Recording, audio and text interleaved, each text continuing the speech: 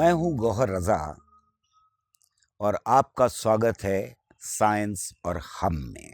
पिछली बार इमरान अली साहब ने अपना एक लंबा सा कमेंट भेजा है। इमरान अली साहब का सबसे पहला सवाल यह है कि क्या धार्मिक लोग ही हिंसक होते हैं? बिल्कुल नहीं, लेकिन हिंसक लोग धार्मिक हो सकते हैं और अधर्मी भी हो सकते हैं। यानी वो एथीस्ट हो सकते हैं, भगवान में, आत्मा में, इन चीजों में यकीन न करे, फिर भी हिंसक हो सकते हैं। और ऐसी मिसालें हमें जरूर मिलती हैं। और वो लोग जो धार्मिक हैं वो भी हिंसक हो सकते हैं। तो इसका मतलब ये नहीं है कि एथीज्म यानी भगवान में यकीन ना रखना या भगवान में यकीन रखना और किसी धर्म को मानना आपको अहिंसक बनाता है। ये बात बिल्कुल साफ है। दूसरी बात ये भी साफ है कि जो रिसर्च बताती है हमको, वो ये बताती है कि ज्यादातर वो लोग जो धर्म में यकीन रखते हैं और जो धर्म में यकीन नहीं रखते हैं, इनको अगर देखा जाए तो धर्म में यकीन ना रखने वाले यानी भगवान में, ईश्वर में, अल्लाह में, गॉड में यकीन ना रखने वाले कम हिंसक पाए गए हैं। ये आम शहरी की बात है, ये राजनेताओं की बात नहीं है। राजनीति चाहे वो एथीज्म के साथ हो या थीज्म के साथ यानी धर्म के आधार पर हो, कैसी की जाए ये समाज डिसाइड करता है। किन लोगों को राजनेता चुना जाए ये समाज डिसाइड करता है।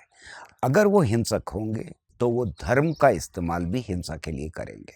एक और चीज बहुत साफ और सामने की है कि धर्म के नाम के ऊपर जितने युद्ध हुए हैं, धर्म के नाम के ऊपर जितना खून बहाया गया है, जितनी हिंसा की गई है, वो कहीं ज्यादा है किसी भी और तरह की हिंसा से। यानी जो लोग अहिंसक हैं उनके लिए धर्म का सहारा लेना आसान हो जाता है। तो कहीं ना कहीं धर्म का एक हिस्सा इस बात की इजाजत देता है कि धर्म को हिंसा के लिए इस्तेमाल किया जा सके। उन्होंने ये भी कहा है, क्योंकि मैंने एक एपिसोड में कहा था कि आपने कभी नहीं सुना होगा कि ये कहने के ऊपर कि न्यूटन ने जो कुछ कहा है वो एक हद तक अप्लाई होता है, उसके आगे अप्लाई नहीं होता। इस बात के ऊपर न्यूटन के मानने वालों ने आइंस्टाइन को पीटा हो या घर जलाया हो या अटैक कर दिया हो उसके ऊपर, ऐसी कोई चीज़ कभी नहीं सुनी होगी।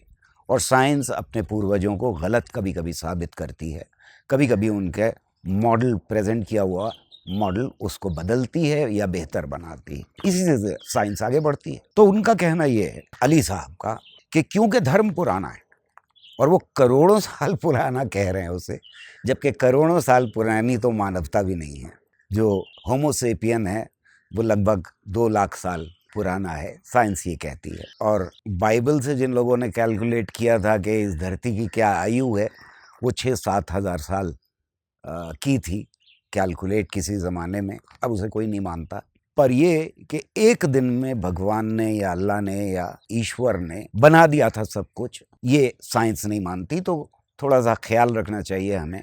करोड़ों में जब बात कर रहे हो, लाखों में जब बात कर रहे हो, हज़ारों में बात कर रहे हो, तो कोई भी धर्म करोड़ों साल पुराना नहीं, कोई भी धर्म लाखों साल पुराना नहीं है। सारे धर्म कुछ हज़ार साल पुराने हैं, क्योंकि मानवता ने उनको जब भी जन्म दिया है तो वो 10,000 साल से पुराना कोई धर्म हो ही नहीं सकता। ये बात कहने के बाद आ जाते हैं टॉपिक के ऊपर।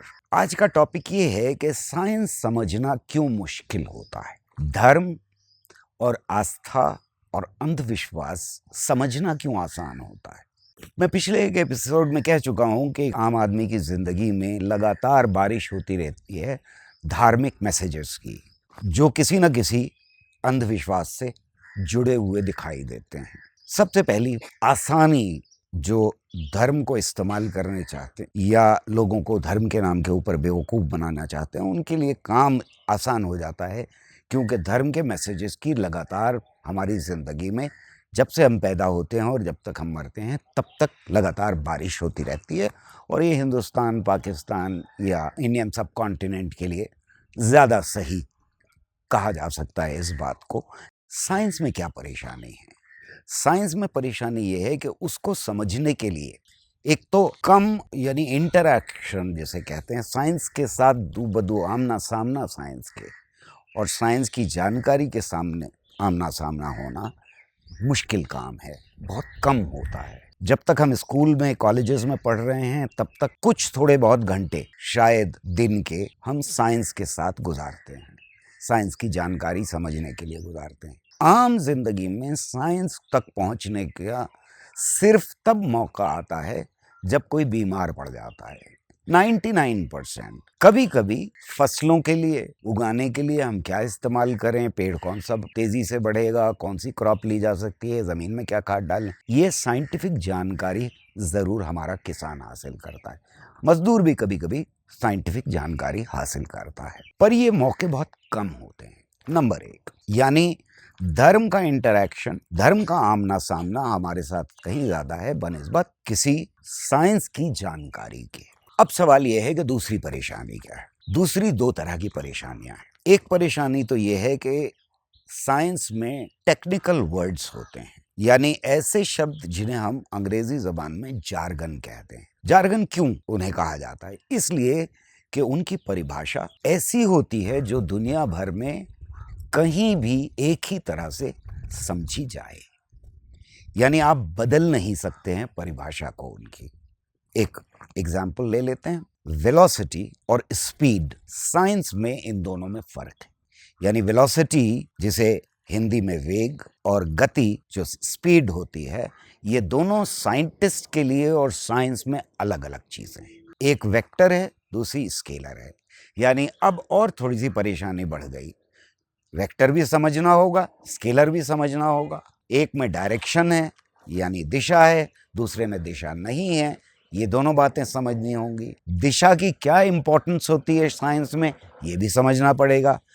इनके बिना समझे हुए हम बल या फोर्स को नहीं समझ सकते, इसके बिना समझे हुए हम मोमेंटम को नहीं समझ सकते, इसके समझे बिना हम वर्क को नहीं समझते। ये सब की परिभाषा यूं समझिए कि एक एक ईंट रख करके आगे बढ़ना पड़ता है साइंस में। अगर आप वेलोसिटी और स्पीड को नहीं समझे तो फिर आप न्यूटन्स के लॉज को भी नहीं समझ सकते, आप गुरुत्वाकर्षण को भी नहीं समझ सकते। ये एक बड़ी परेशानी होती है साइंस को समझने में। अक्सर हमारे पास तक साइंस ने जो निष्कर्ष निकाले हैं वो पहुंचते हैं। हमारे पास वो सारी ईंटें नहीं होती एक आम आदमी के पास जिनसे इस जानकारी को समझने में मदद मिले, और इसीलिए लोग कहते हैं कि साइंस में जार्गन्स का इस्तेमाल होता है तो वो मुश्किल हो जाती है।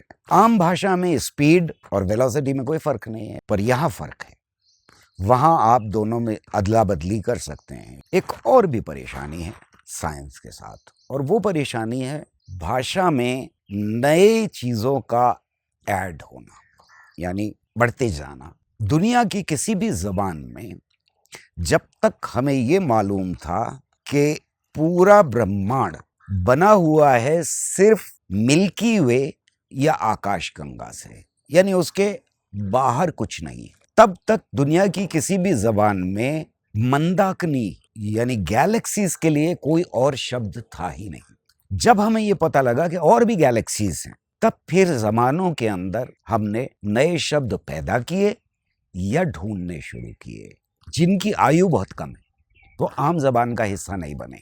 इसी तरह से जब नई खोज होती है तो साइंटिस्ट को नए अल्फाज, नए शब्द ये समझाने के लिए कि वो क्या कह रहे हैं और उनका क्या मतलब है खोजने पड़ते हैं या बनाने पड़ते हैं, और वो आम भाषा का हिस्सा नहीं होते हैं।